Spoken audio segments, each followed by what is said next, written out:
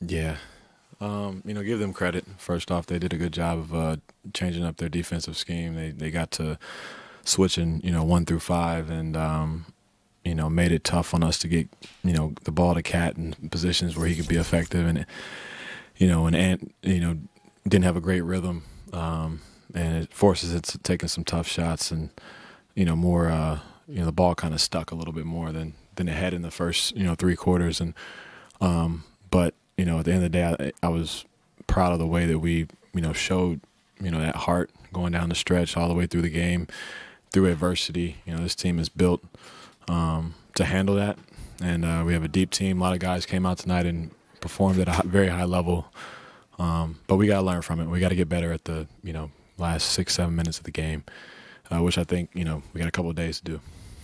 Was that, just considering everything that you guys have been through, and how shorthanded you were, to play that way, I guess, even through the first 3 quarters, and really be in a position, you take some confidence coming out of that? A little bit. We expected to be, to win the game. We didn't come in to think that, we just want to play tight and give ourselves a chance. Like, no, we thought we could win the game from, first jump ball. So it's disappointing to lose. We felt like we got a lead and let it slip, and, this should be, a different post-game speech, So that's frustrating, but, we'll learn from it and get ready for Friday.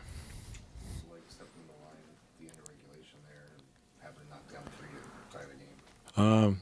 Honestly, before I took my first shot, I thought, like, man, I'm glad it's me, and nobody else, because I'd rather, if I make or miss them, I'd rather be, the guy in control, because I wouldn't have been able to handle it if I was watching somebody else shoot those 3, as a bystander. But, after the first one went in, it felt, it kind of calmed me down a little bit, and took a couple deep breaths and locked in on the next 2. What do you think you guys might be able to do to counter switching lineups like that maybe give you some trouble the last couple weeks?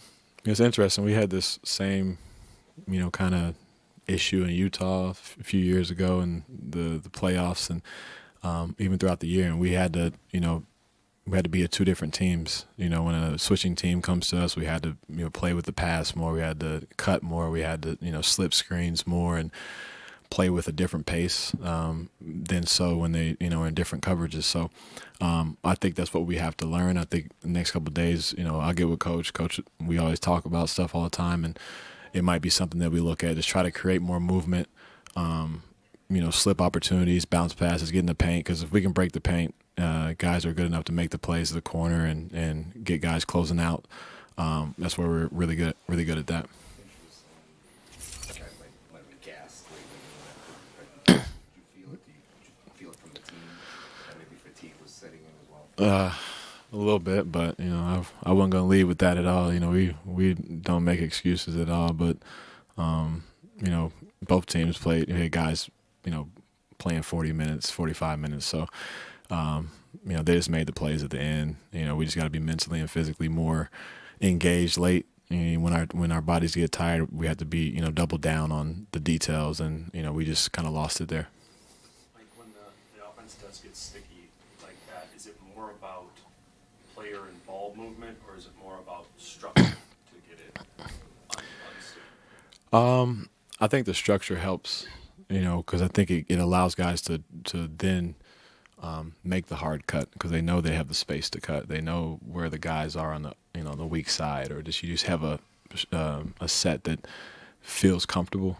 And I think that, like I said, we can get to that point. I think we just gotta use these next couple of days to really lock in on that. Like, not worry about the 3 quarters of offense that we had where we run and push and guys are getting open and stuff like that, but really lock in on those last 5-6 minutes of switching, and how can we attack it? How can we, get Cat rolling down the lane more and get, Ant downhill, where he's, basically unstoppable. So, it's a little bit of both, but I think we'll figure it out. I was going to ask about Ant, because he has the big fall, and comes back, doesn't really look like himself. Before that happened too, it seemed like you guys are struggling to get him getting going downhill. And I'm wondering what role you think Rudy not being there played in that. He's often somebody who really sets those screens and opens it up for him. Did that feel like a factor here?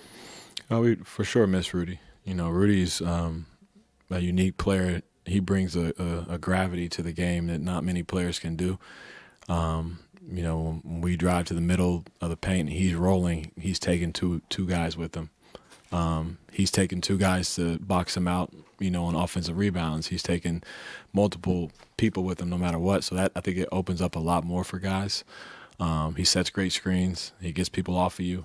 And, that's stuff that we missed tonight. And, obviously with Cat in foul trouble, having a guy like Rudy to be able to guard and, muck up the game as well would have been huge. Like, were you in a good rhythm? Did you feel like the shots falling, and especially early on, and just getting good looks and knocking those down? No, I felt great. I'm, just shooting the ball when I get the opportunities and, being aggressive when I need to. And, like I said, part of that was Ant being willing to get off the ball, Cat being willing to get off the ball.